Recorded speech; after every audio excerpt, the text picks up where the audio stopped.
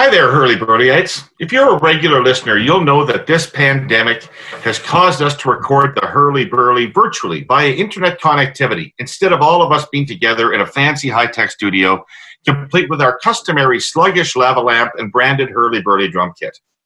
And as you also know, we've talked a few times before on the pod about our presenting sponsor, TELUS, and their Internet for Good program. Today, I wanted to share this special update to the program. As part of their efforts to support Canadians during the COVID-19 crisis, TELUS is waiving all internet fees for low-income families for 2 months. This gives their customers enrolled in the program access to high-speed internet in their home at no cost for 60 days. TELUS Internet for Good, introduced in 2016, formed the basis for the federal government's Connecting Families initiative. It offers more than 200,000 low-income Canadian families access to low-cost, subsidized high-speed internet and a computer, as well as training and tools to participate safely in our digital world. And Internet for Good takes on even more importance right now as families navigate virtual learning opportunities and job opportunities safely, helping them prioritize their well-being during this pandemic. As we all adapt to our new normal during this unprecedented time, it's more important than ever to #stay strong, stay connected. Visit telus.com/COVID-19 to learn more.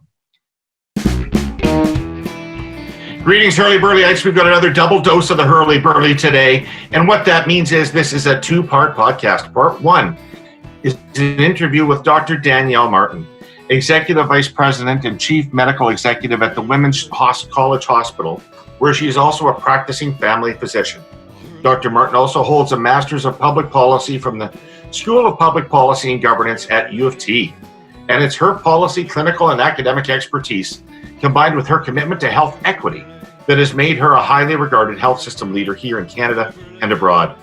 You might remember Dr. Martin from this exchange in 2014 with Republican Senator Richard Byrne that went viral when she spoke to a U.S. Senate committee debating the differences between American healthcare systems and others around the world. Because we believe that when you try to address wait times, you should do it in a way that benefits everyone, not just people who can afford to pay. On average, how many Canadian patients on a waiting list die each year?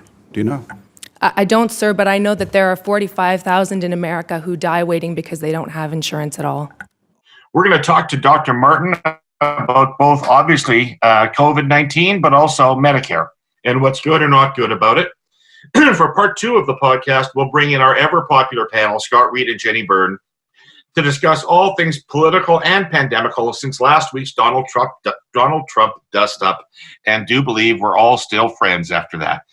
Dr. Martin, it is a pleasure to welcome you to the Herle Burly. Thanks for having me. Thank you. Would have been great to do it in person, but this is our lives right now. Sure is. I'd just like to start off by saying, how are you doing? Well, to be honest, I'm a little tired.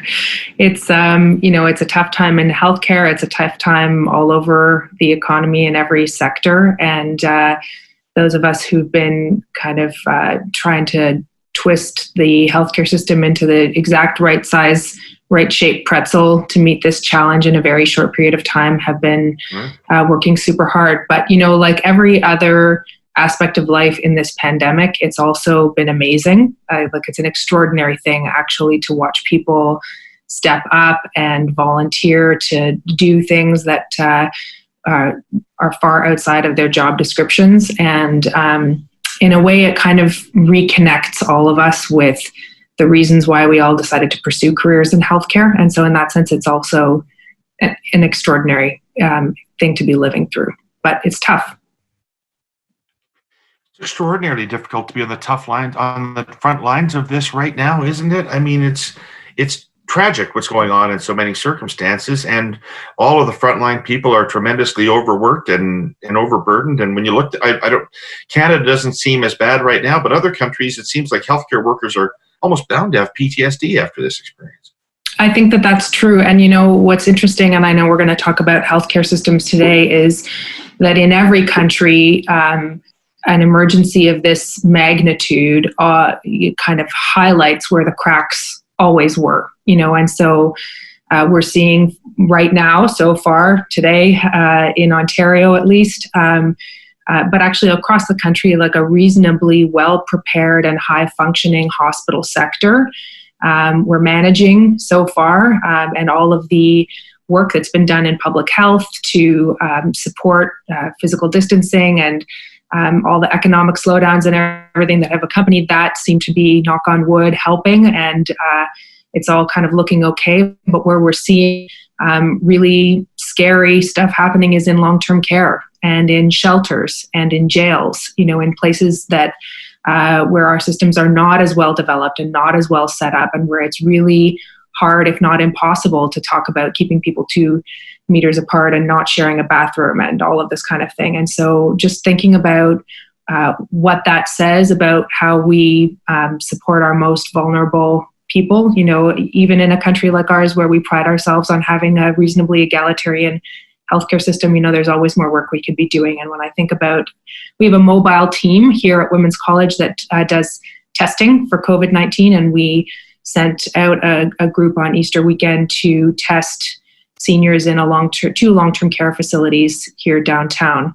And it's pretty tough. A lot of these long-term care facilities have run out of PPE, and they've got staff who are homesick, which means they're short-staffed, and seniors who are sick, and of course everything's closed to visitors, family members not able to get in to support their loved ones.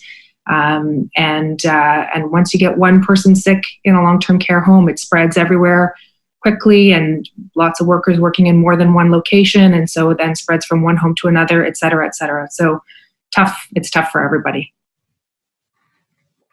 But there are, I think, not to jump the gun, I think there are some systemic things about our approach to long-term care that have led to this situation, are there not?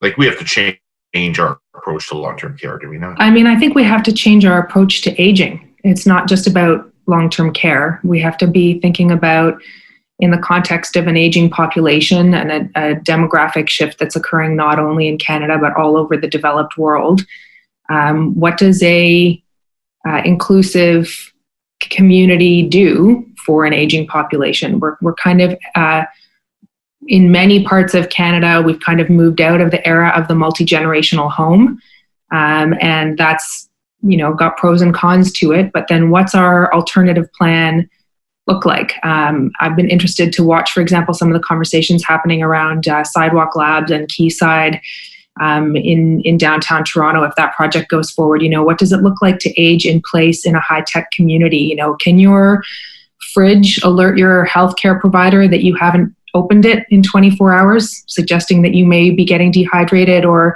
maybe you need help? Can your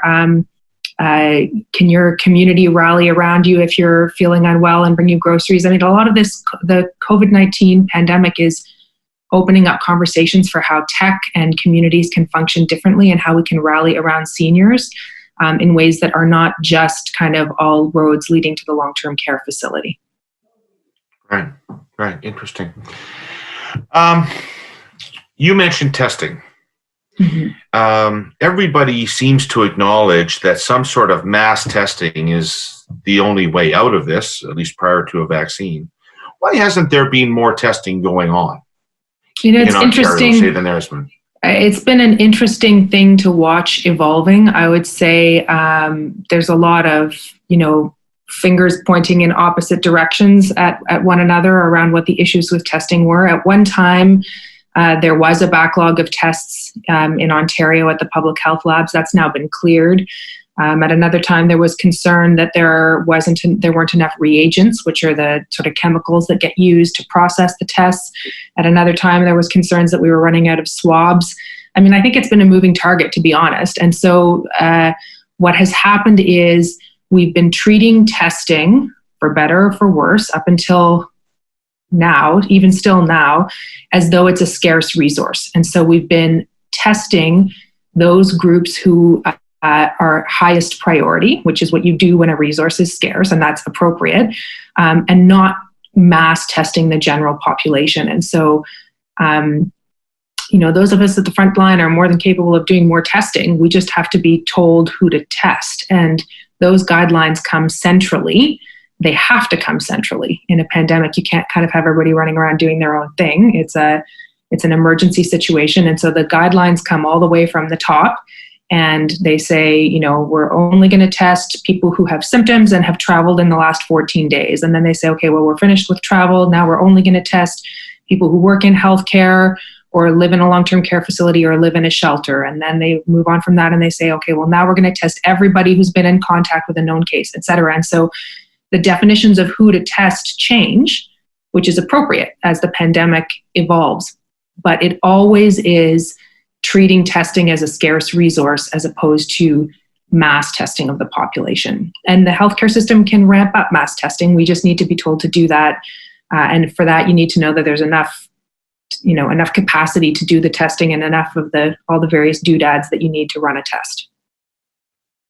Well, it's hard to believe the whole economy is shut down because we can't get enough swabs. So have you got any sense that this backlog is being fixed and we might be able to get into mass testing? We heard the Premier of Ontario just in the last couple of days make some very bold pronouncements about I want 13,000 tests done a day and then up to 18,000 tests done a day in short order. I think right now, I may not have this number exactly right, but I think we're doing about 3,000 tests a day. So that's a huge increase. So I do think we're going to see that happening in pretty short order. And now is the right time to be focused on increasing the amount of testing that we're doing, because that action of testing a whole lot of people and assiduously tracing everybody's contacts is part of what you need to do in order to be able to even begin to think about loosening the social restrictions. So if we're going to let more people go back to work and more people get on the streetcar and more people, interact with each other in a work environment, et cetera, then we need to be really certain that we know who's sick, who's shedding the virus, and who all of the people those affected individuals have been in contact with. So that you can't loosen the economic restrictions until you've got the testing thing sorted. At least so say the experts. What do you say to people in Saskatchewan, say, who see no evidence of an epidemic or a pandemic in their province, and want to get out of the house? Like, what in a place like that where this is not happening there, apparently? To that, I say that means it's working.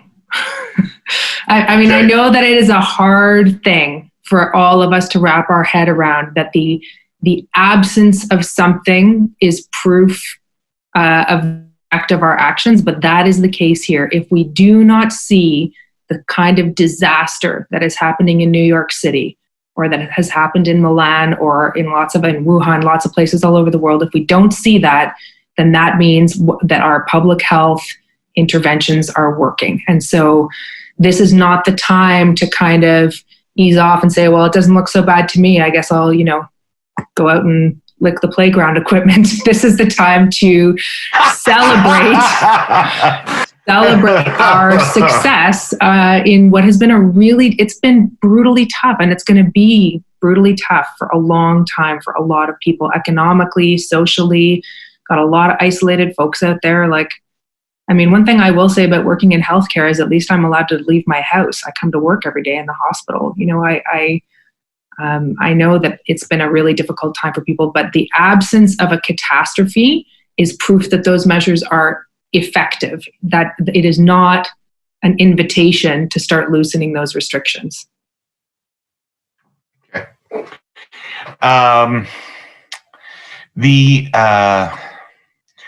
If things start to open up, and the Prime Minister mentioned recently, maybe today, I can't remember if it was today or yesterday, anyway, days are all blurring together, that we might open, it will be weeks away, but they're thinking about how to open it up. Do you have any idea what that looks like?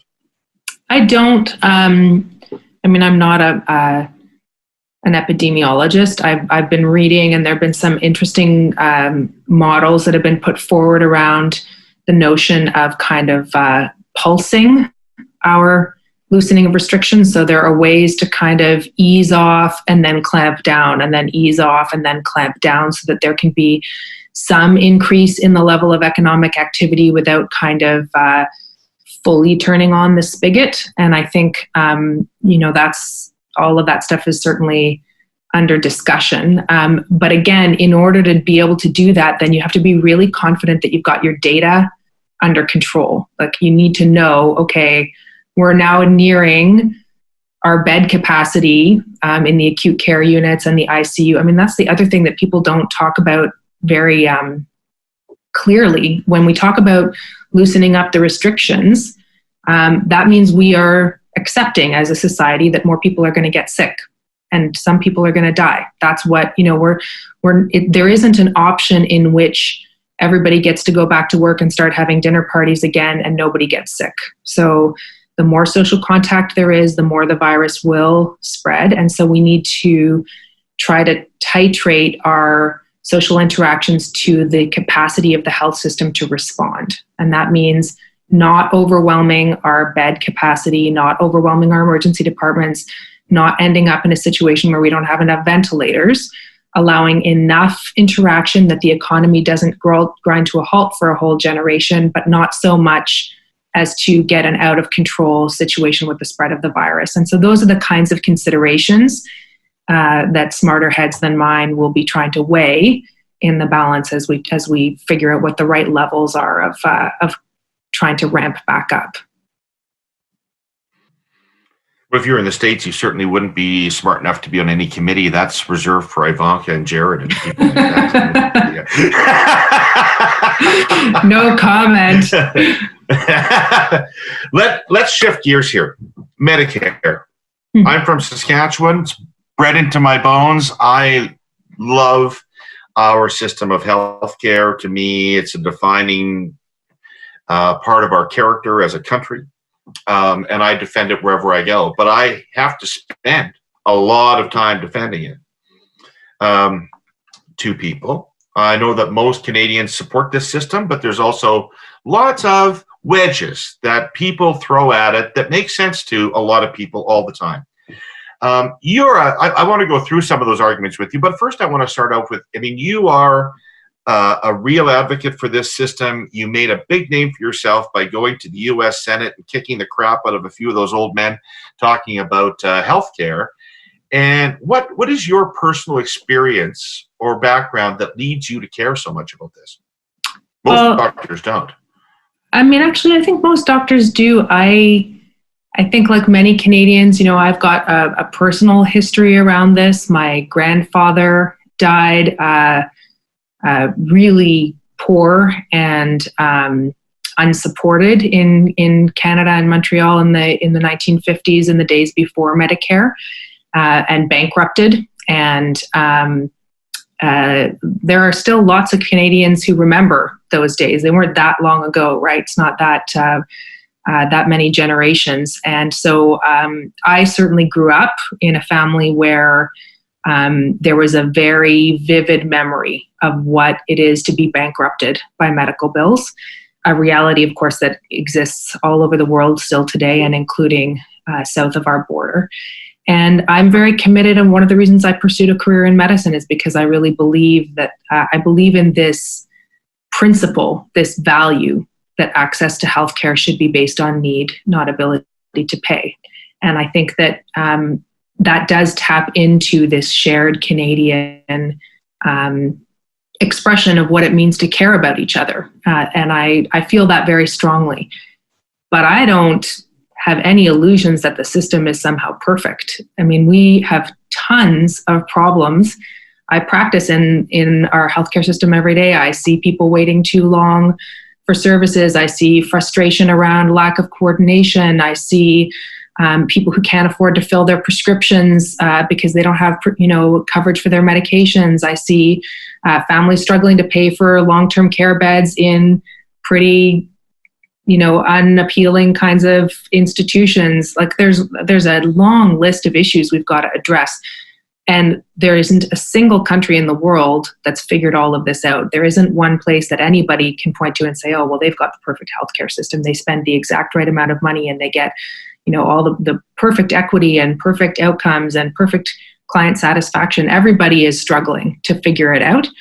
I just think that however we decide to address those challenges, we should do it in a way that is true to that fundamental value. Like, I'm not interested in working in a healthcare system where somebody who's rich gets access to something better or faster than somebody who needs it more. And I actually think most Canadian healthcare workers feel the same way. Like, we all went into this because we want to help people who are sick, not because we want to serve, consumerist vision of healthcare as a product to be, it's certainly a thing like a pandemic is pretty good to focus the mind on what really matters. And there's nobody should be getting rich off of this. That's my view anyway. So has our system of, since you raised the pandemic again, has our system of universal single-payer healthcare helped or hindered our response to COVID? Oh, I don't think there's any doubt that it helps. It's like nothing's perfect, but for one thing, we don't see people not coming in for care because they can't afford it. And when you're talking about a contagious illness, that's super important. You want people to come in at the first sign that they're in trouble, not waiting out there in the community because they can't afford or they don't have insurance or they didn't pay their premiums this month or whatever, and out there infecting everybody who lives in their building and shops at the same Loblaws as they do. That's not, and we don't have, there are people who are dying in our intensive care units. There are almost no Canadians or people anywhere in the world whose families could afford an ICU stay. That is an unthinkably expensive thing. So at least as we deal with these really horrendous stories, people are not worried about losing their homes and losing their life investments to take care of a loved one in the hospital. And we're also, I think, better positioned to coordinate. There are lots of silver linings to a situation like this. We see hospitals and regions collaborating, talking about sharing staff, sharing physicians, moving patients across. We'll do these surgeries, you do those surgeries, we'll do this part, you take that part in a collaborative manner. You're not going to get that in a competitive for-profit oriented healthcare system. This is when I think the kind of public interest philosophy shines in a situation like this. It falls apart in other places sometimes, but in a situation like this, I think we're seeing lots of positive outcomes. Okay, I'm going to fire some conservative critiques of our Medicare system. Okay. Gotcha. You take them on. You believe me though when I say them. I'm saying them. Got it. So our system is rife with waste and inefficiency, and private sector delivery would make our system much more efficient. Myth. This is a total myth. This is actually what I call a healthcare zombie. A zombie is a bad idea that refuses to die. No matter how much you drive an evidence-based stake through its heart, it still rises again. And this is one of those myths. The private sector is actually not more efficient in healthcare. The private sector, in fact, there's ample evidence. This has been studied. There's lots of research to show that when you bring profit into the mix, you actually end up, because you have to deliver to shareholders, you end up having lower staff ratios to patients, for example, in the long-term care sector, and a much higher administrative cost because you have to fight about who's going to pay for the care, you have to advertise, you have to compete. So overhead is actually way lower in systems that are single payer, that are publicly funded, and that are not-for-profit delivered. So that is false. There's already a lot of private delivery in our healthcare system. Clinics, radiation places, even doctors are in a way private delivery. What's wrong with private delivery in health? Yeah, so it's a very good distinction. We need to define what we mean when we say private. Are we talking about who pays, or are we talking about who delivers the care? So most of the arguments that we hear about when we talk about so-called privatization of healthcare is about who pays for the service. And in Canada, if you're talking about doctors or hospitals, It's by and large paid for through our taxes. We all pay for it. It's not free, but we pay for it, through the single payer insurance schemes. And we don't allow private payment. And so no matter how much somebody might, slip me in an envelope under the table, I'm not permitted to take that money. I bill OHIP, I bill the public plan for my services. That is totally separate from who delivers the service. I, as a physician, am actually not a government employee. Almost all delivery of healthcare services in Canada is private.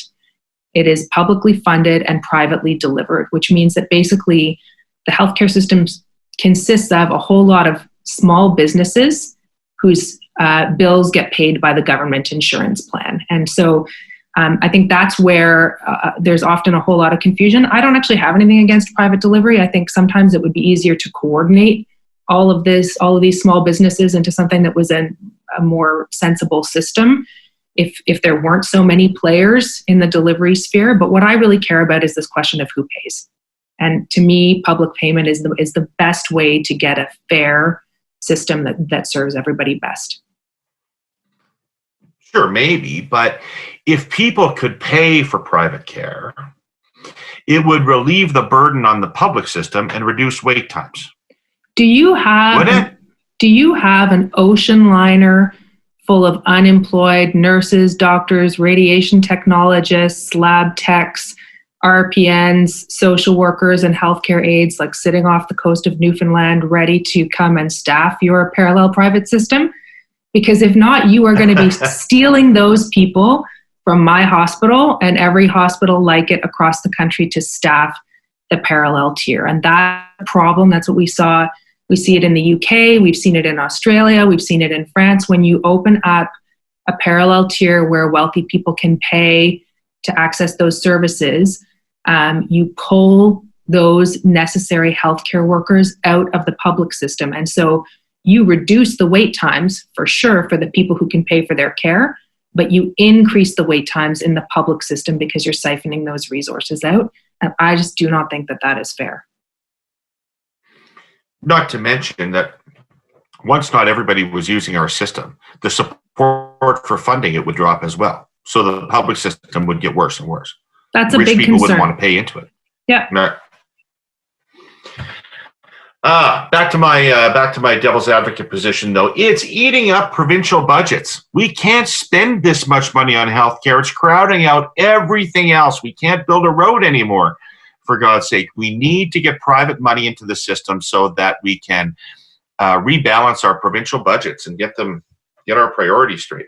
Well, we're going to pay. The bottom line is, like, every developed country in the world pays for healthcare somehow. You're going to pay for it publicly or you're going to pay for it privately. We pay overall in Canada, depending on the year, between 10 and 12% of our GDP on healthcare. Only about 70% of that is public, by the way, because unlike most other civilized countries, we don't pay for drugs, we don't pay for dental, we don't pay for, home care. Like, there's a lot of stuff actually that other healthcare systems do pay for publicly that we don't in Canada.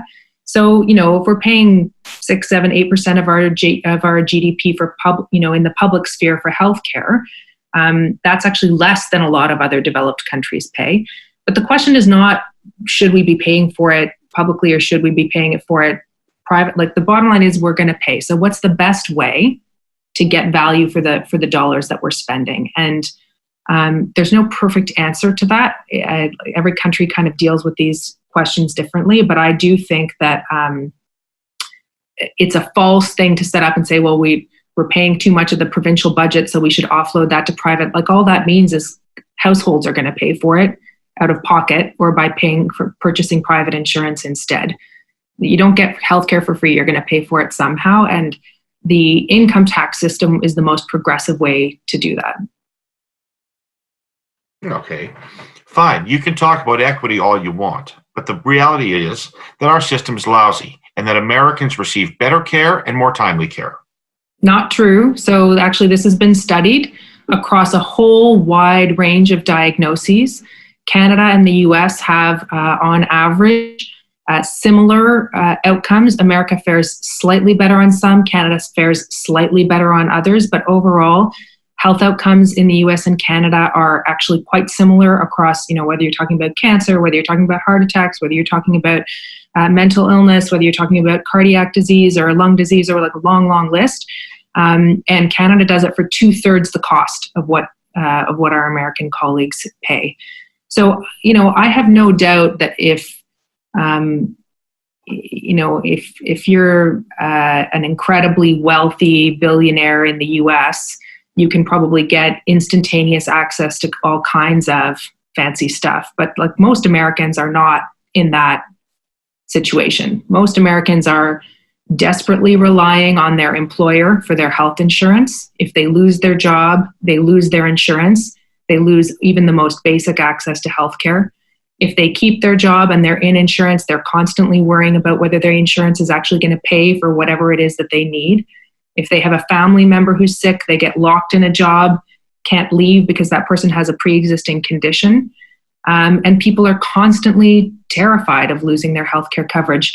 They also have less choice than Canadians because you're locked in your insurance plan to whichever providers your insurance plan tells you you're allowed to see. And you often will discover after the fact that what it was that you got turns out wasn't covered. You should have seen this other guy instead of the one that you saw. There's a lot of churn in the American system. So it's a very stressful thing to be sick in a country where you're not guaranteed access to insurance. I would not, we have a lot of problems, as I've said. Like, I'm not an apologist for the Canadian healthcare system. We got a lot of issues we got to fix, but I would not trade our problems for theirs ever. All right, I'm down to this. What right do you have to deny me my ability to access whatever healthcare I want whenever I want it? Your policy is against the Charter. It denies my fundamental rights and liberties. I mean, I don't think I have a particular right to anything. I'm telling you what I think is the best way to deliver a healthcare service. I think that most Canadians actually believe that there is a fundamental difference between your choice of whether to buy Dell or Apple in your laptop and your choices with respect to your health. I can choose to buy an Apple laptop. I can choose to buy a Dell laptop. I can choose not to buy a laptop and do without. I don't get to choose if I require open heart surgery. I don't have a choice about whether or not I'm going to consume healthcare services.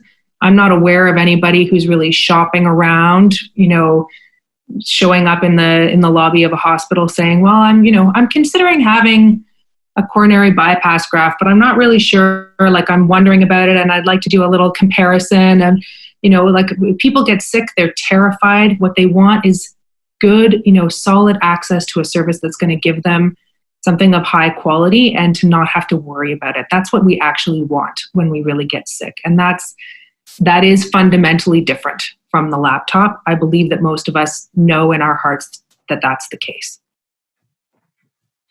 Thanks. That was great. Now, as proof that you are not an apologist for the current system, you have a book called Better Now, 6 Big Ideas for Improving Healthcare. Available at your local Indigo store or online, I'm sure, or even for download these days. And it's a great pandemic read. A great pandemic read. Tell us what the 6 big ideas are. Oh, you're going to test me now. Well, I'm not going to go through every single one of them, but I want to talk about one because it's a hot topic right now in our conversations post-COVID, which is, I talk in the book about reducing wait times and improving primary care and pharmacare and all kinds of different concepts. But one of the things that I talk about is that more than anything that we do in the healthcare system, the most important thing that affects whether a person will be healthy or ill is their income. And at a time when Canadians are losing their jobs and their incomes at, terrifying levels, and there's all this talk at the federal level about income stabilization and all of these programs being put into place, I think it's a useful moment for us to step back and remember that economic uncertainty and job losses don't just have an impact on people's ability to make rent. although they do, obviously, they also have an impact on health, on the health of that person, on the health of their kids.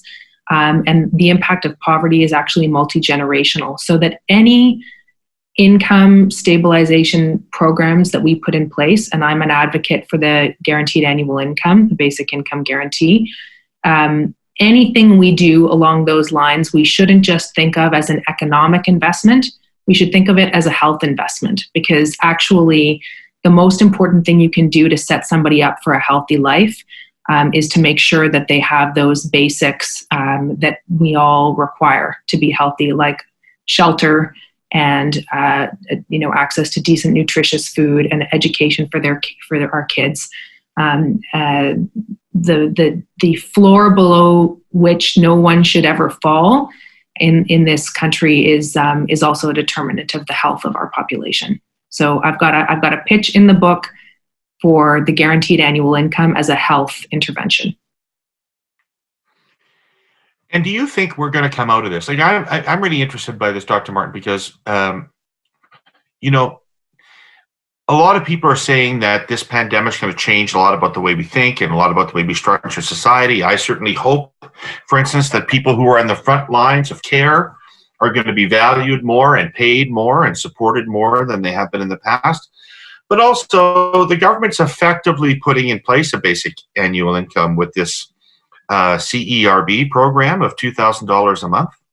And so we're going to have a trial. There was going to be a trial in Ontario and it got canceled, but now we're actually going to have kind of a trial of what a basic income looks like for people. And I think that there's going to be a lot of people who come out of this pandemic saying, yes, this is the kind of thing we need, and we've seen it, and we need to keep it in place for all the reasons you said and others. I also think there's going to be a lot of people who are coming out of this pandemic who say our governments are so badly indebted. And the most important thing is to get our public finances under control. And there's no chance in the world that we can afford something like a guaranteed annual income after the economic cost of this pandemic. I think that's going to be a real fight, and I do not underestimate the other side of it. Oh, I completely agree. So yes, I agree, and I think that these are the conversations that we're going to have. What's interesting to me is that you opened your comments by saying, I really hope that one of the things we learn is the value of healthcare workers.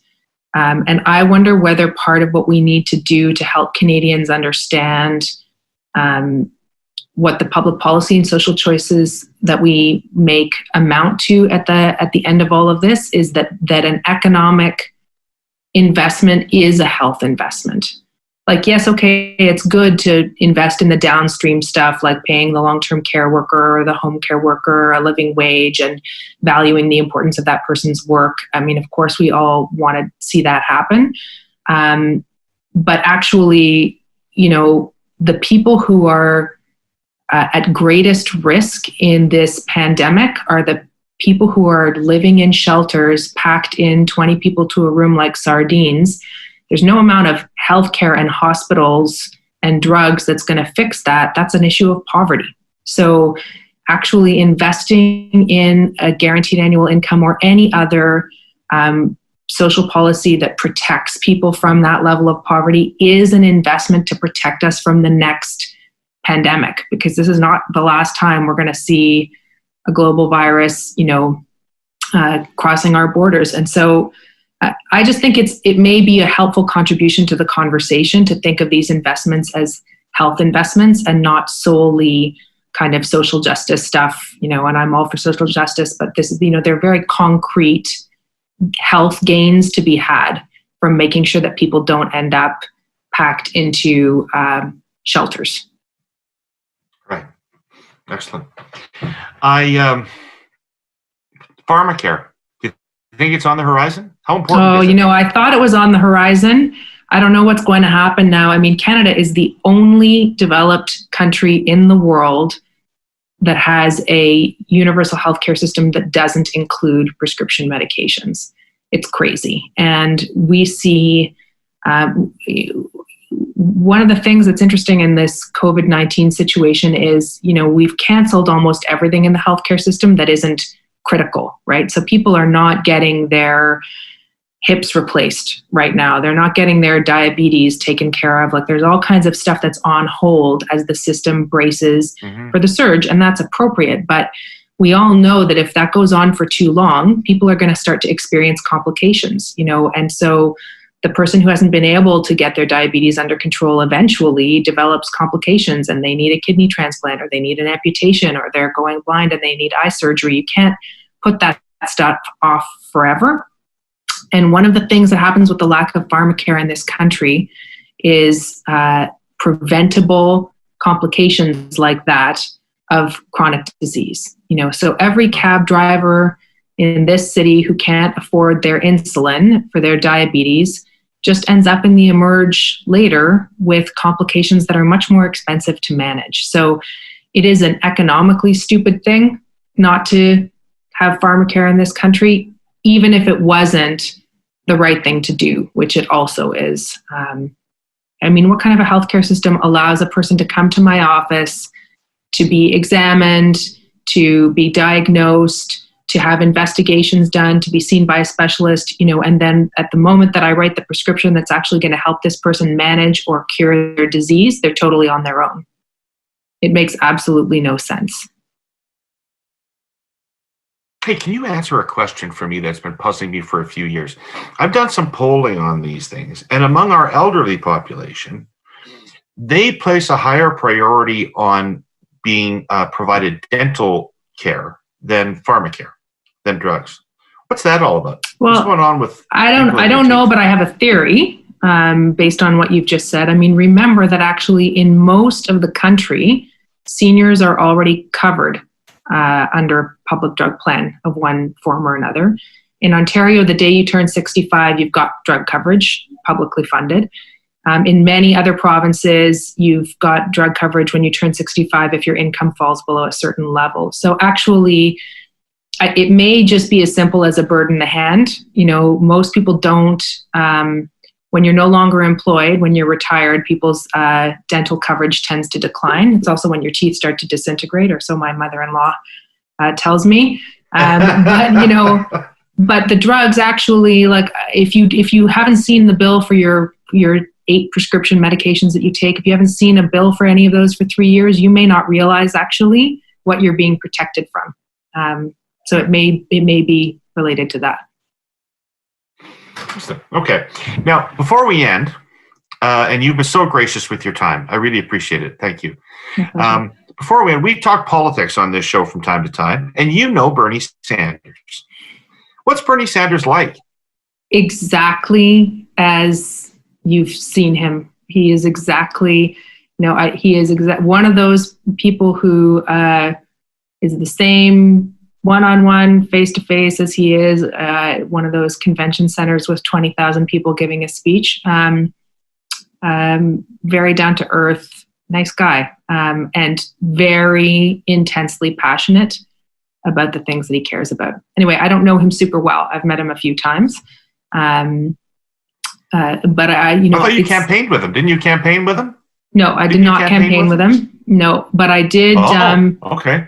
I did participate in some of the work when he and 17 other Democratic senators endorsed the Medicare for All bill that he put forward in the U.S. Senate. I did go down and speak in support of that bill. So it wasn't in support of him as an individual, but in support of this bill, which was also endorsed at the time by many of the Democratic presidential hopefuls, who've since left the field. Yeah, but I recall when he came to Toronto a couple of years ago, there was a whole lot of people in Toronto and in the government that wanted to see him, and he wanted to see you. So anybody else that wanted to see him was getting worked around you. They were gonna have to see me, go through me. Yeah, I think he just I was the only doctor in Canada whose phone number he had. So we organized a tour for him and a bunch of press when he came up to kind of show him some of the best of what we've got here. we were sort of criticized by some of the media for not showing him all the things that don't work here in the healthcare system. But we wanted to show him some of the great achievements of our healthcare system here. I think it's a little Canadian to not blow your own horn at all, and we wanted to show some of the amazing stuff that we achieve every day in this healthcare system, which we're quick to criticize, but actually there's a lot of good stuff happening. Well, thank you for coming on the show and talking about it, and good luck. I know you have a family, so you're also trying to get through this with your family, and so good luck to you on a personal level, and continued good luck to you on a professional level. They're never going to get universal health care down there, are they? I've had the poorest people in places like New Orleans explain to me how this is socialism and bad. Yeah. So, yeah, I don't know. I don't know if they will or they won't, but I respect the people who keep trying. And I think we've got something good going on here. We just need to build on it. Great. Thank you, Doctor. Look forward to you being part of that in the future. Take care. Thanks a lot. Take care. Bye-bye. All right. We are back with the panel with Jenni and Scott. But first, a word from our sponsor. If we've learned anything over the past few weeks, it's that in times of crisis, governments matter. So if you've never heard of Queen's Park Today, it's one of Ontario's most trusted news sources for political insiders and for people who actually need to know what's happening at the legislature every day. Whether it affects your business, your stakeholders, or the health and safety of your family, Queen's Park Today is tracking the ongoing developments in Ontario. The newsletter lands in your inbox first thing every morning, so you can start your day off already ahead of the game. During a crisis, the importance of governments increases dramatically. The only way to really get the detailed boots-on-the-ground coverage you need is by subscribing to Queen's Park Today.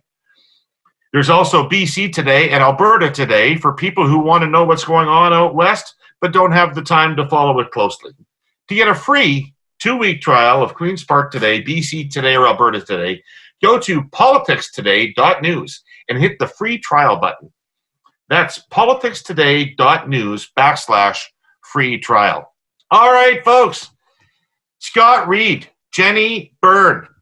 After last week, there were some questions about whether or not we would reappear, whether we could get together, even not in the same room, but on the same Zoom together.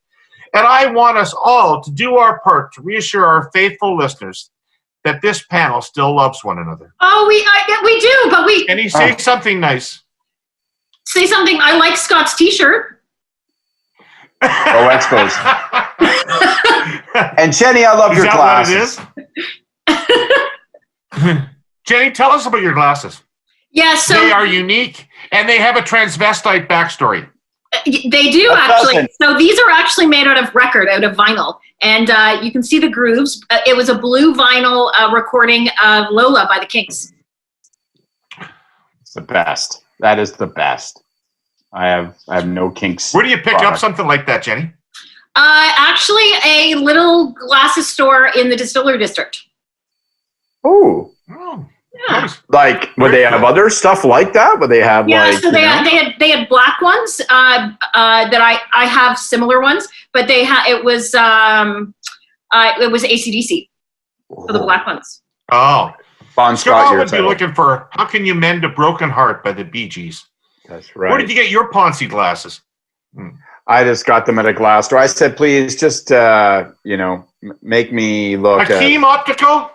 Yeah, it's something like that. I think so. I think it was Hakeem. I said, is Hakeem in? Can I see him? I'd like something that makes me look like as big a wet noodle as I truly am. And my dad has actually commented on your glasses twice. He loves them. He likes my glasses. Well, that's awesome. He's proactively told me how much he loves your glasses. Well, I proactively adore your father's taste.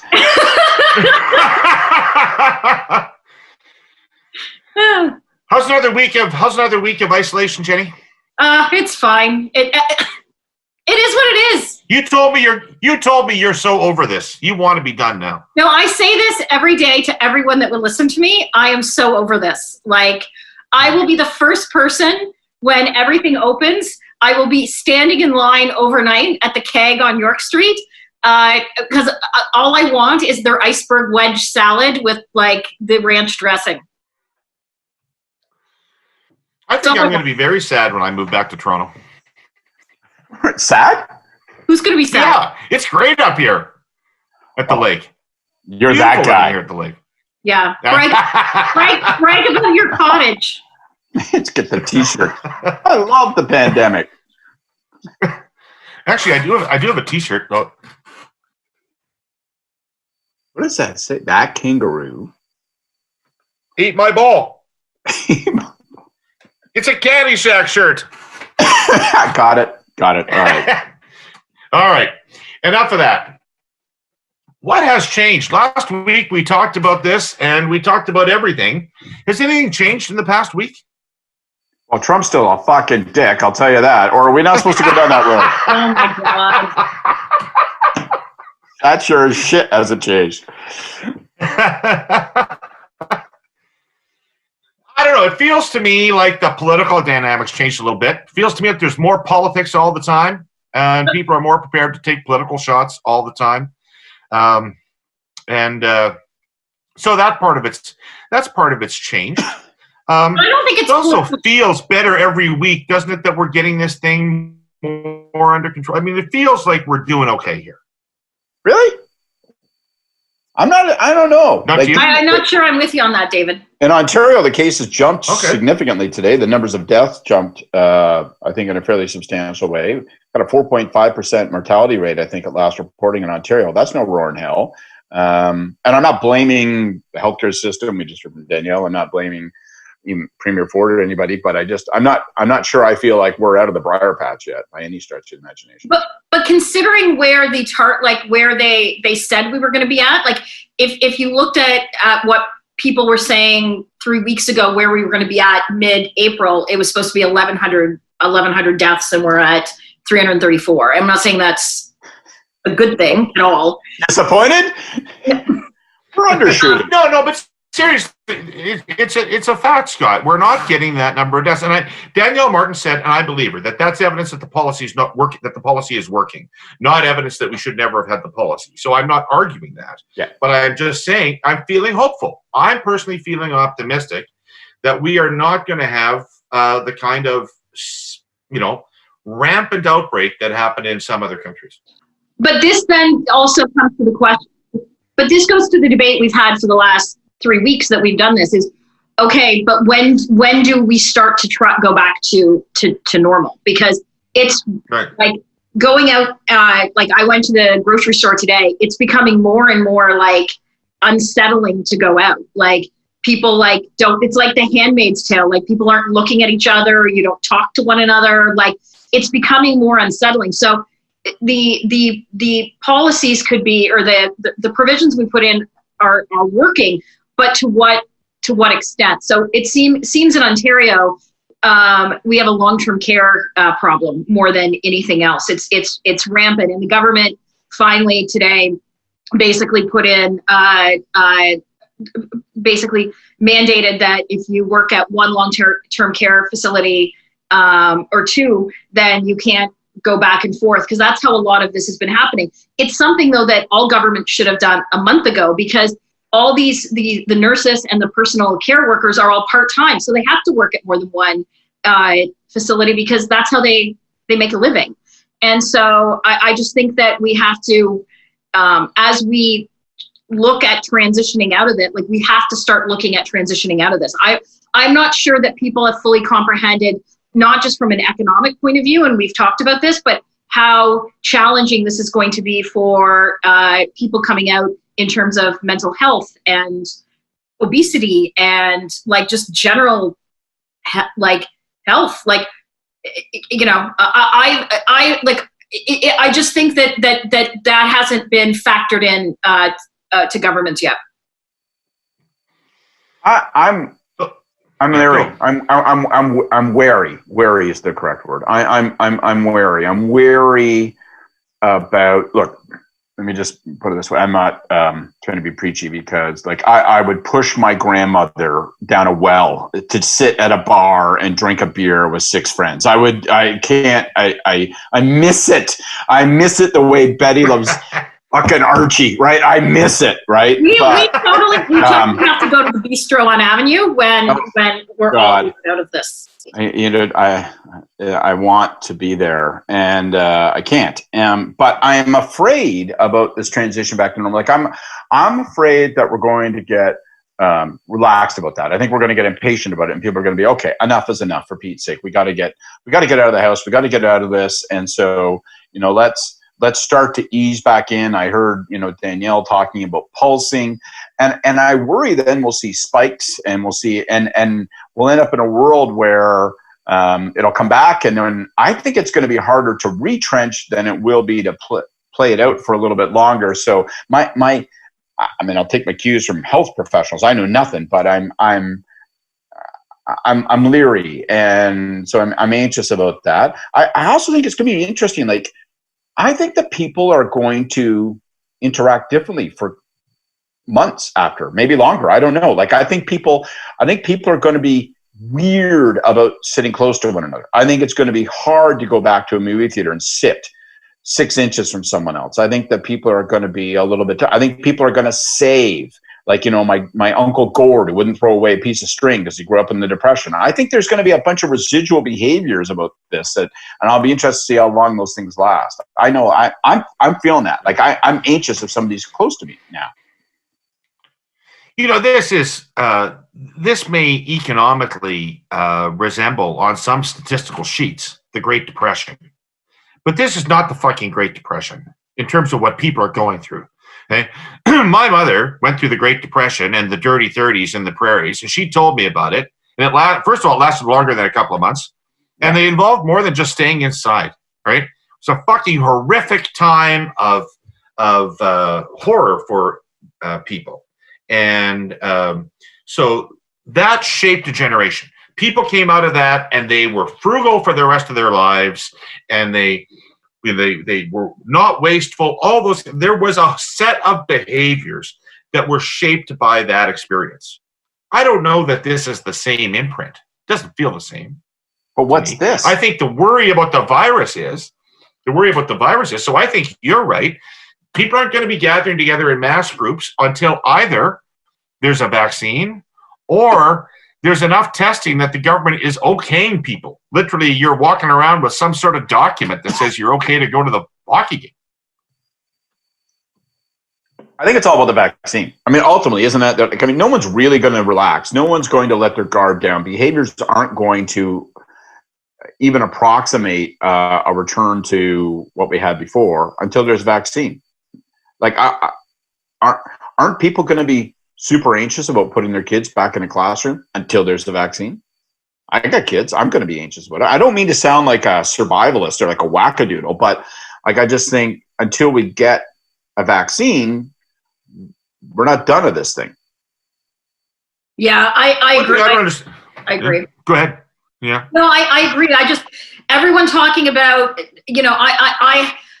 I actually think people should start talking. Like, I don't want to get into a fight about Trump, although I'm happy to do so. And if we do, everyone should realize that Scott and I still love each other, and it's fine. But at least at least he's willing to have the conversation about opening up, like people going back to their lives. And I think that for so many reasons, like, I think that, like, David, can you imagine how badly he misses porn stars? I mean, like, he doesn't. It's got to be hell for the poor guy. Sorry, piece of shit. So, Jenni, to David's point about it's not like the Great Depression. It's not now, but like the IMF put out a report today that said that Canada's GDP is looks like it's going to decrease by like 7% in the next year, and that's just going by like the last month's projections. Like, if our economy is shut down for the next 6 months, can you imagine what that's going to be? Well, we had a liquidity now, the Prime Minister crisis in the Great Depression. Talking today in terms of weeks. Well, but does anyone truly believe that? Like, I don't believe that. And frankly, I'll be honest with you, I'm sick of every politician in Canada. And I say this as the same as you guys. I know a lot of them, and I get politics. I am sick of all of them. They're all a bunch of fucking hypocrites. And are we going to talk about John Tory's hard on again? Is that where this is headed? No, but honest to God, I don't even get me started on John Tory. I can go to him. I'll get to him. But okay. At the end of the day, you look at Trudeau. I actually don't begrudge him going to Harrington Lake and spending Easter with his wife and kids. I don't at all. But this is after medical professionals and government officials saying, don't go to your cottages, don't travel, don't go out anywhere. And he gets to do it. Don't even get me started on Andrew Scheer. I am so angry about him using another opportunity to use tax dollars, Canadian tax dollars, to fly his family across the country. And you hear about conservatives whining about how there's no opposition or there's no accountability to what Trudeau's doing. Well, when the leader of the opposition does that, that's why there's no accountability, because he has no credibility. And frankly, who I blame for that, and we could go on to a whole other topic, I blame the Conservative caucus for that, because they did not put on their big boy fucking pants in December and get rid of him like they should have and put in a more credible interim leader. His comments today about his wife carrying Lysol wipes and not speaking moistly on the plane was infuriating and embarrassing, and the entire party should be ashamed of themselves. Wow. You're hard. Think anybody's paying attention to these things? Pardon me? I asked Scott whether he thought people were paying attention. Yes, I do. I do. Scheer at the moment. Well, but if they're paying attention to Scheer, then Jenny's right. He should be gone, because they shouldn't be using him as the face of their party anymore. Oh, I think they're paying attention to broad terms, but I don't think they're paying attention to what he has to say when Parliament met. I think they're paying attention to an issue like the one Jenny says. I think they're paying attention to squaring his conduct with what the public instruction is and saying, is there a space of hypocrisy between those things?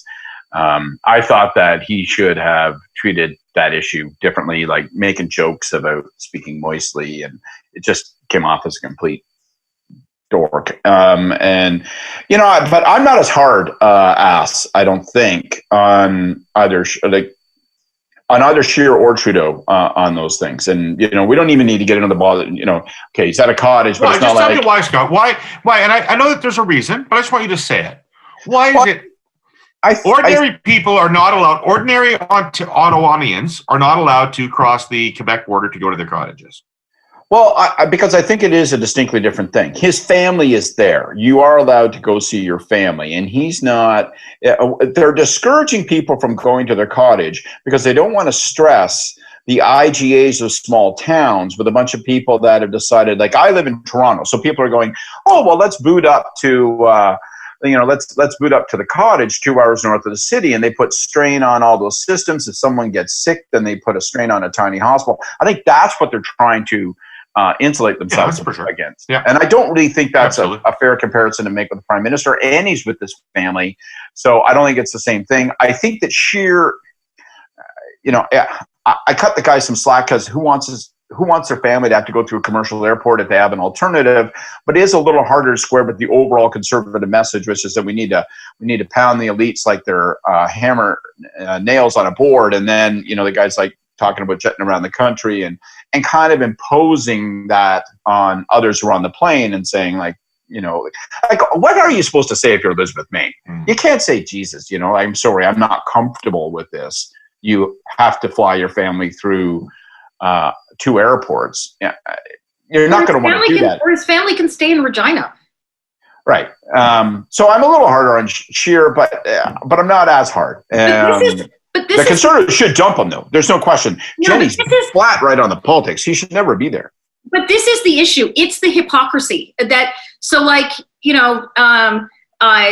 go on to John Tory now. So, John Tory sits in his very large Bedford Street, Yorkville condo, telling everyone they can't go out to parks. And we're talking about we're talking about, think about people that are low income who live in very small apartments, who they're being told they can't even like go and walk on the street, or they're being made to feel uncomfortable walking on the street.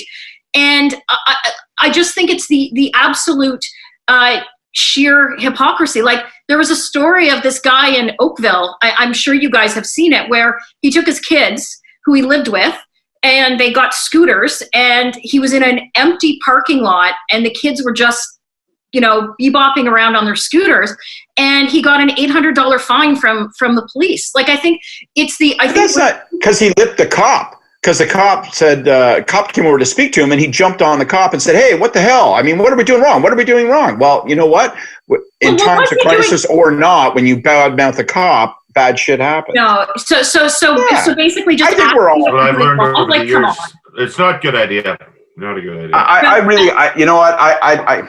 This is, we're going to disagree again. Like, everyone's all wound up about this. Oh, government's like, crushing us down with their fist, and then they're sitting around like eating grapes in their fancy houses. I mean, come on.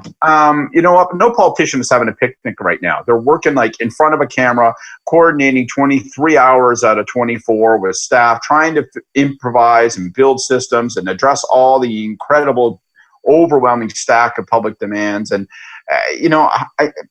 like in Toronto, it's not like they're saying don't go. And I have kids. Okay? Come on, Jenny's raising a real point. What are they saying? What are they doing? And listen, you've got friends who are raising this point about Ottawa. What are people doing? What are municipal governments planning for families? How are they supposed to function? Fair enough, but it's a hopscotch. I think in Toronto, I don't think they've been that severe. I think in Ottawa, they've been overly severe, is my impression from a distance. But here, I mean, they're just saying, don't play soccer or cricket in a park, right? And so, that's been tougher for me because I have to walk my dog in places I can't walk my dog in places I did before. I have to walk the kids in different places. But it's not that big of a sacrifice, man. But they've closed the parks. Right. So you walk them through that. There are ravines. There are other places where you can actually walk the dogs and your kids around. But what you can't do is congregate and have a soccer match with 3 other families that you don't know in the public park. But where is this happening? John Tory says he keeps putting out press releases saying, I've gotten reports that there have been X people gathering everywhere. Okay, where has that been, and how many tickets have you issued? Because I go out twice a week to get groceries, and I don't see any evidence that people are congregating anywhere. So for sure, I'll just tell you, there's a park adjacent to a school, a half block from me, and for sure people were there 2 weeks ago playing soccer on the Sunday afternoon. Okay, but 2 weeks ago, when in the last, like John Tory put out his press release last week. I'm just saying, people are going to get sick of the hypocrisy of the rights and liberties that are being taken away by politicians, because we'll never get those. It never comes like they're going to keep some of that. Let's move up the food chain. Two pretty important politicians in this country, Doug Ford and Jason Kenney, are taking dramatically different approaches to working with the federal government through this thing. And I actually haven't seen the Alberta numbers, what they were. I know Ford's approval rating on his handling of this issue is through the roof in Ontario, 83% or something. I presume Kenney's pretty favorable too, because all the leaders are pretty favorable right now, but they're taking very different approaches. Ford has hugged himself to the federal government as tight as you can hug it, to the point of allowing stories to emerge about the closeness of his relationship with Chrystia Freeland and all this kind of stuff. Whereas Kenney is, borderline mutinous, as Trump would say, in the sense that he is talking about bypassing Health Canada for drugs, and he's critiquing the role that Health Canada played in taking information from the World Health Organization, etc.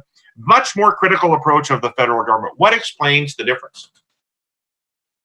Why do these two politicians come to different conclusions about how they should be handling this with the feds? Well, it's different styles. It's different styles of politicians. I think, though, that Jason is just further ahead than what other premiers are going to be. Eventually, as programs roll out but don't really roll out because money doesn't flow and there's conflict between the federal and provincial governments. Basically, all the other premiers are going to end up where Jason is already.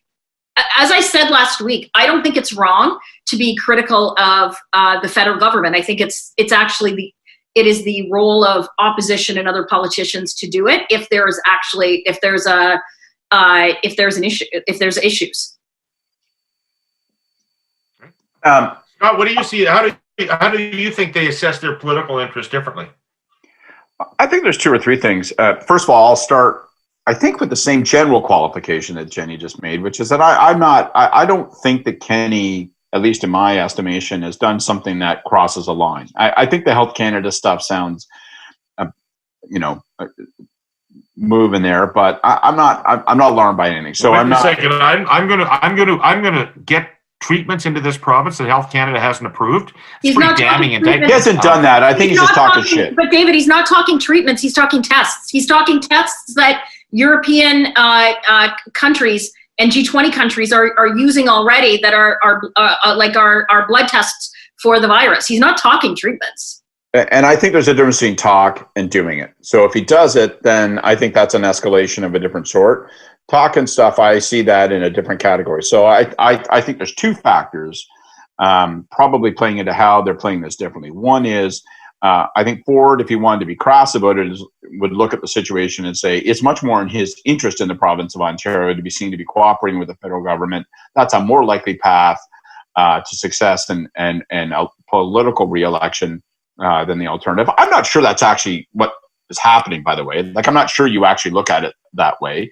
But he's probably also thinking that that's just a path to approval. Let's put it that way. A path to public approval, whether it's about an election or whether it's about just trying to get stuff done and move stuff ahead.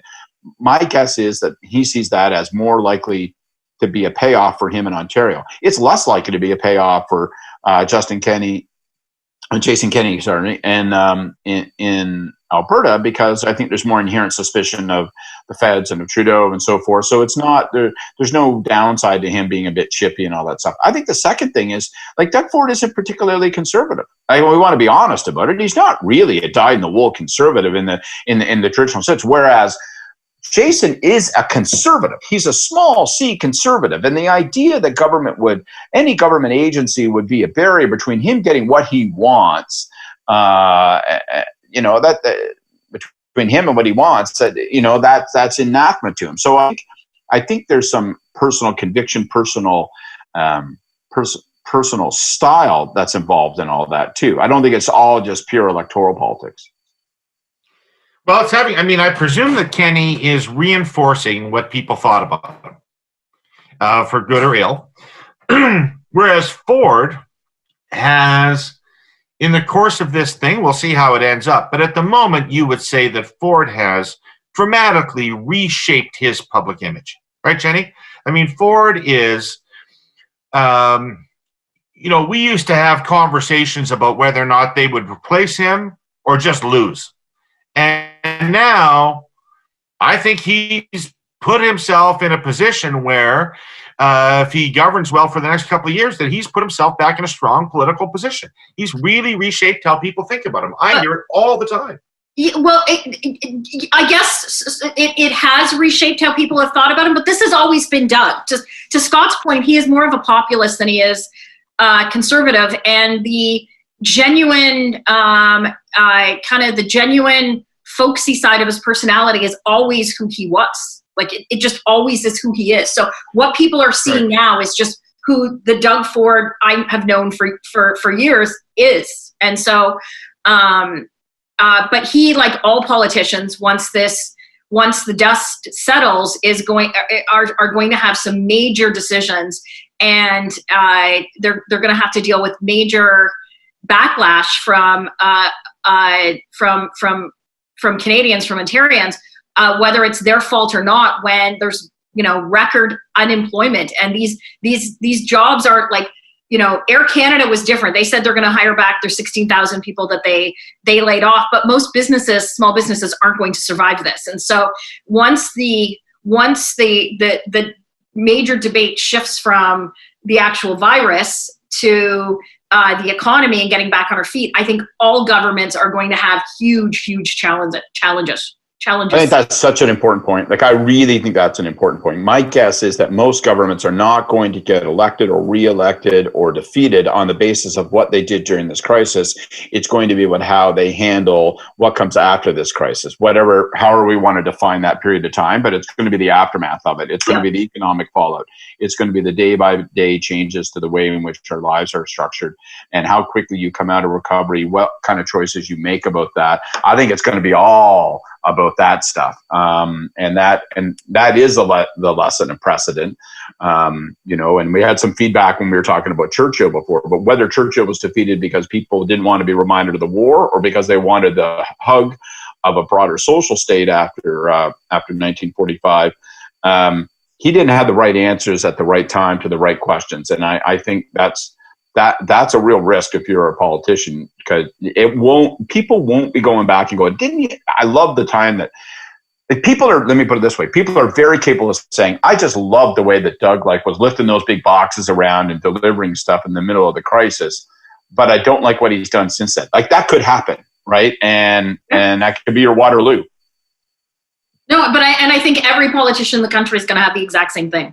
Yeah. It's like George Herbert Walker was, look at his polling numbers after Operation Desert Storm, and then he lost the election 2 years later. Like, I know people are going to criticize historical references, like they did on our references last week. But it's true. People are supportive because it's just in the now. But I really think, if we're having this conversation kind of in the fall, I think public opinion on all political leaders is going to probably be at a much different place. Well, that assumes there's political debate, right? That assumes that their positions are then controversial. That assumes that people are proposing other ways of handling it. What might that be? Do you think we're going to have a serious political fight in this country about whether to open or not open? Yes. I think it's going to get there. I don't know if it's... Sorry. No, go ahead, Scott. Well, I don't know if I restrict it to just that dynamic. I don't know if it's just about to open or not open. Let's say, even if there's a consensus on when to open, let's say that there's a broad consensus on that, and it's, 2 months from now, 3 months from now, 6 months from now. It doesn't matter when it is. Whenever it is, if there's a broad consensus on it, I still think that the world is your political world is going to be based on what you do in the aftermath and pulling out of that situation. How quickly do you resume and resurrect your economy? What choices do you make? What do you not make? I think that's how people are going to be evaluated. So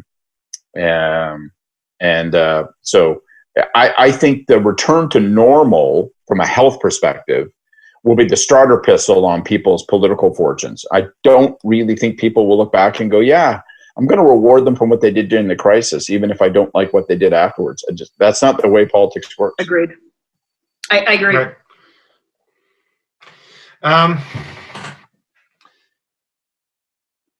Why do you think there isn't more pressure to do something about these long-term care homes? Like, it's a tragedy that is unfolding before our eyes, and people are just sort of saying, well, isn't that awful? But presumably it's a fixable thing. Why isn't there pressure on governments to get some more bodies in there? I mean, I know that the Premier made the announcement you referred to today, Jenny, about not being able to go from one to the other, but that they were needed in both of those places. So this is a resource crisis in these homes in which people are dying, and I don't see any response to it.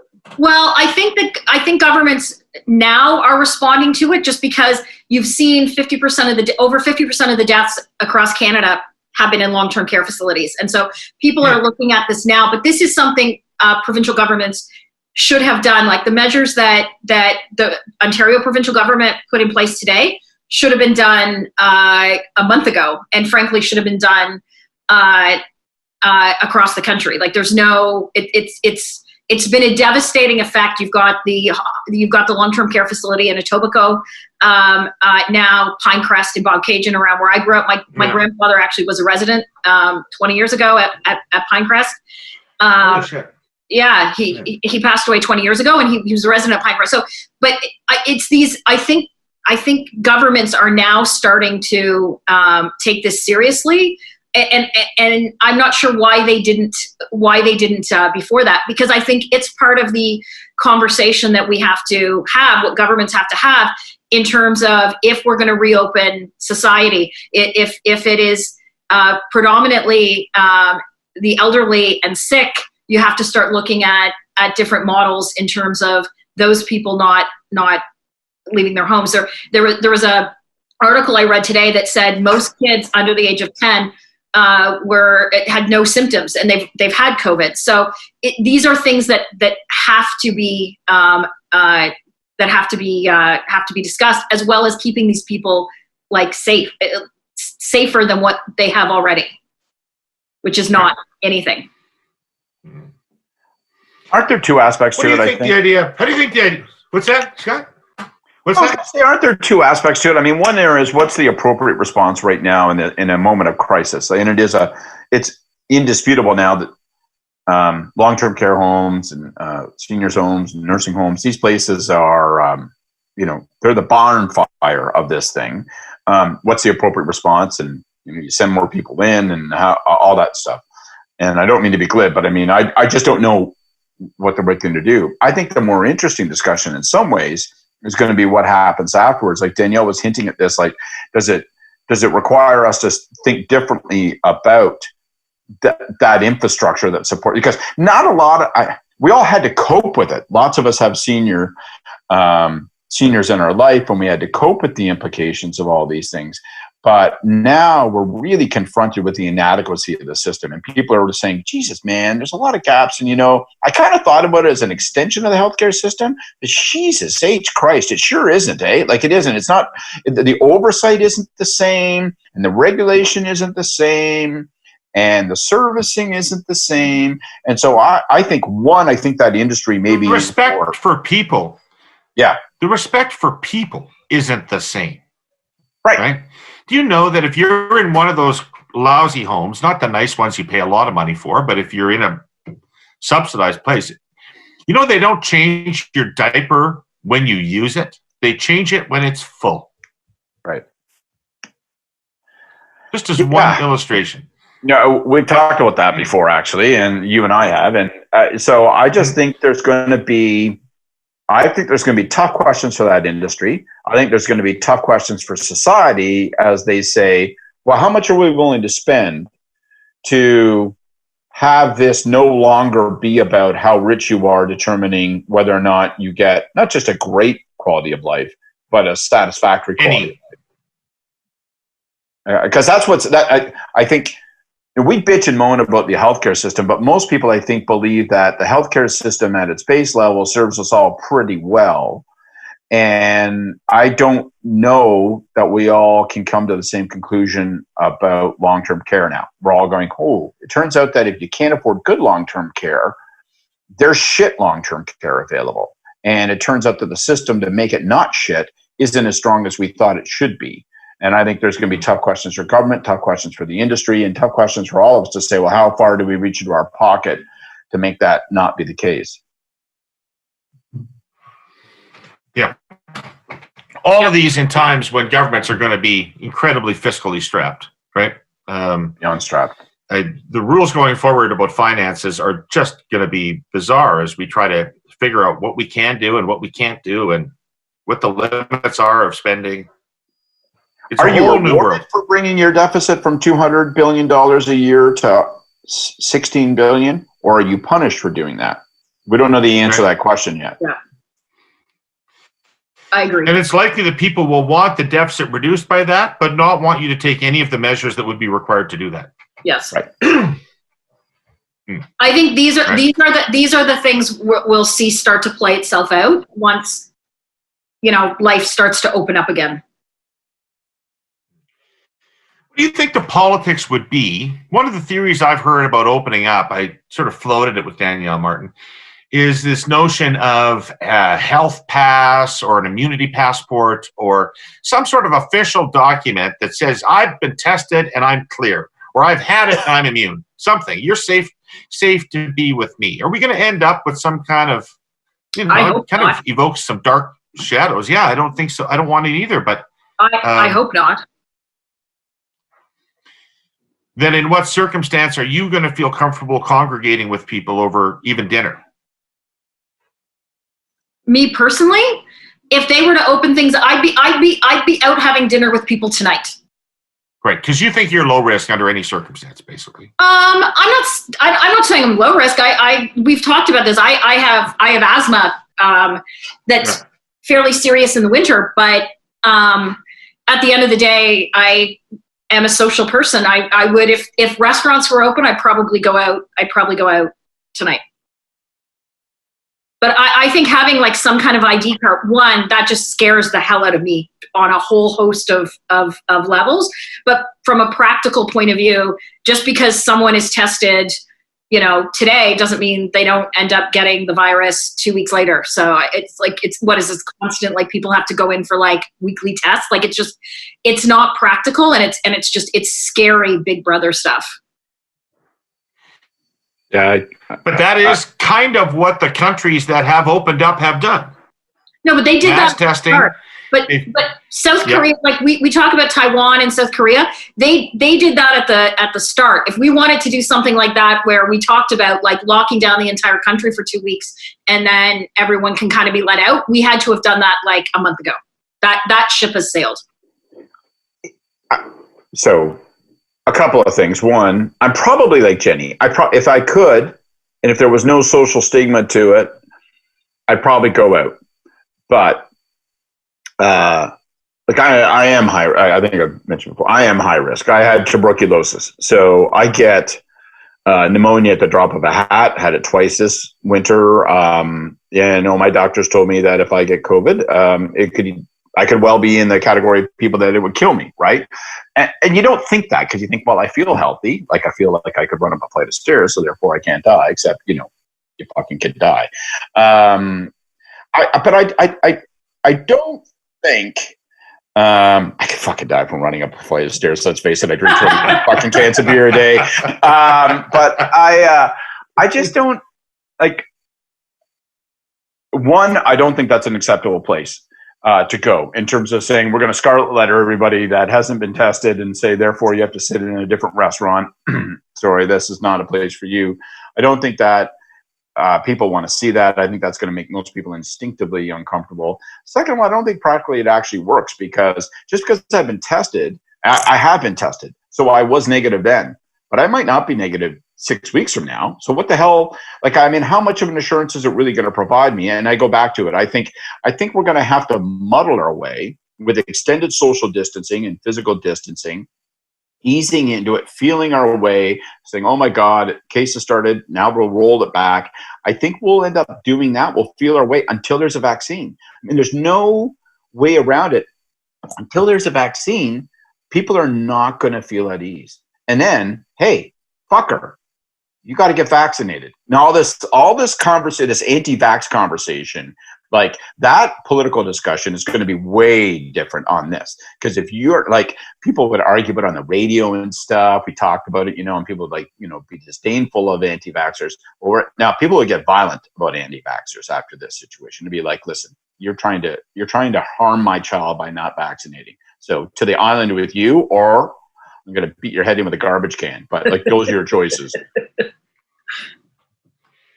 So to wrap up our COVID discussion, I just want to say that when the cabinet was formed, we spent a lot of time talking about Chrystia Freeland and her role and what the deputy prime ministership would be like under her, what she would be able to do with the sprawling set of responsibilities, but somewhat fewer mechanistic tools at her disposal within the government.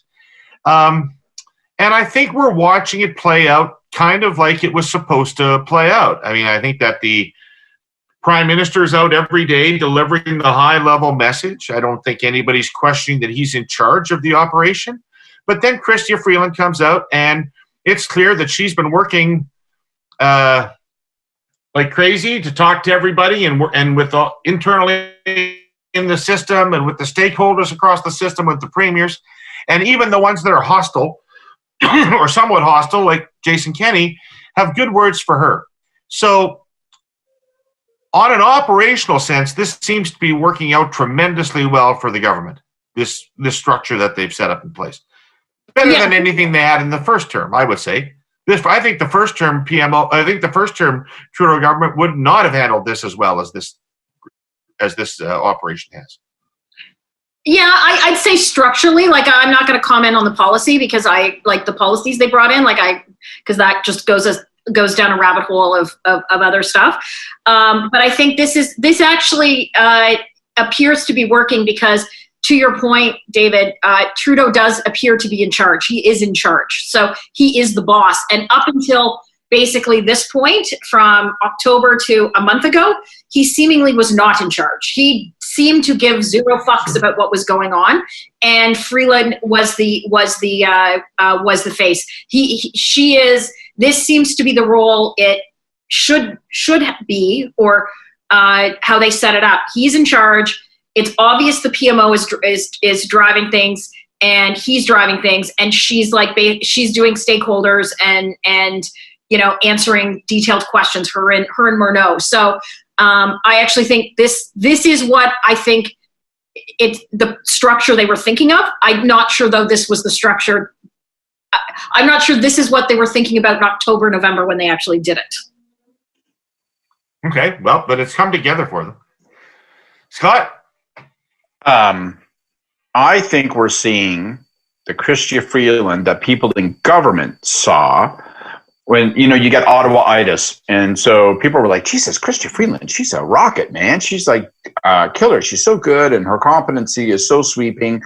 And, then you'd see her speak and you go, I guess it's okay, but I don't really get she's not Lauren Bacall. What's going on? I mean, why is she such a celebrity? Why is she such a... Well, we see it now, right? Lauren Bacall. Oh, Lauren Bacall's big star, man. Come on. Jeez, put your lips together and whistle. I mean, holy fuck, top that. To me, we get the best. We get an opportunity. The crisis, in a weird way, shows us what people working alongside her would normally see only behind closed doors. We see her operationalizing stuff. We see her hyper competency at work, and all that is to her credit. I've never believed for 1 second that meant that the prime minister wasn't the prime minister, that he wasn't the guy in charge, and that the buck didn't stop with him. So I never really bought any of that criticism, and I think we're also seeing that he clearly sets the tone and drives the ship broadly. I think one of the things that's interesting is the way that people reflexively say, oh, therefore she should be the next prime minister. Well, there's a lot of politics between here and there. And just because she's the most competent person when it comes to running the machinery of government doesn't necessarily mean she'll be the most successful person when it comes to running the campaign, if she should ever end up in that position. And so I think that people that conflate those things are making a big mistake. They're misunderstanding the difference between being good at governing and being good in politics. And I'm not saying she's bad at politics. I'm just saying she hasn't proven herself politically in the same way that she's proving herself day by day in spades when it comes to being a competent manager and administrator of government. Jenni, any last thoughts on that? No. All right, you're going to leave Scott. Okay, now you're going to have a thought, though, because I'm going to say our last topic of the day is there was a couple of big moves in the Democratic Party this week since we last talked. Bernie Sanders effusively endorsed Joe Biden.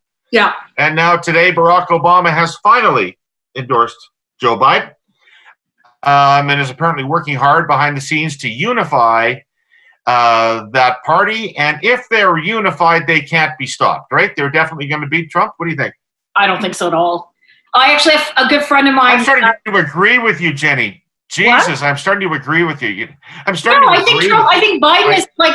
I think that ultimately, once this is all over and the spotlight is on Biden, then they're actually going to see that Biden 15 years ago. I think was a much different would have been a much different opponent for Trump than he is now. I had a friend send me send me a note and said, as a joke, saying everyone's waiting for Joe Biden to release his plan for fighting the Spanish flu.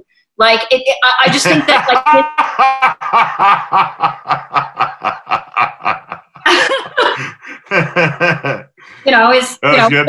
he's gonna announce his running mate, a young whippersnapper up and comer Robert F. Kennedy. Like, it's just I'm almost certainly gonna die candidate, right? So I just think that I actually like I think that Biden I think Biden does not beat Trump in the fall. My God, what I've started to think about is I've been thinking about my interview with Thomas Frank a couple of years ago and how he explained to me how indebted the Democratic Party is to Wall Street and to the professional and managerial class of America. And I've been watching Trump manage this crisis. And a friend of mine from Regina, you know him, Scott, Terry Boychuk, crystallized this thought for me the other night. He said, Trump's going to run against globalization. Trump's going to run against globalization in general and China in particular. Yeah. And the Democrats will fall right into that trap of defending it wholeheartedly.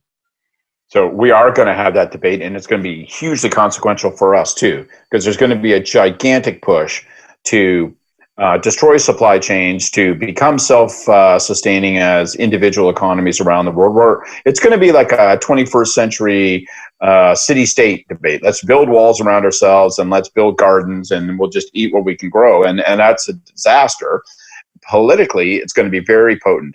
I really think that I'm going to be spending $1,000 of Jenny's money online, because I probably still won't be able to leave my goddamn house come November, because unless he cheats and tries to stop the election or make sure that every third person can't vote, I just think let me put it this way. I think Biden is a shitty candidate. He's always been a shitty candidate. I think he's a super shitty candidate, but Trump was a shitty candidate. And the great fortune of politics for Trump was that the only thing shittier than him was Hillary Clinton, and I think the only thing shittier than Biden is Trump, and that's going to save his bacon. And yes, he'll get all of his lunatics out to vote, but I think that he's shrinking the lunatic class, and I think 60 million people that voted for him are lunatics.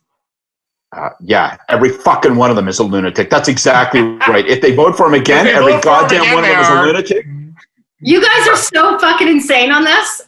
Insane. How can you watch this fucking prick for the last 4 years and say, I have never been more every sure. single one of those 60 million people should wear a shirt of shame. God. It's a good way to end the pod, David. It is a very, very good way to end the pod. I love you both. Take care of yourselves, and we'll see you 1 week from today. Stop.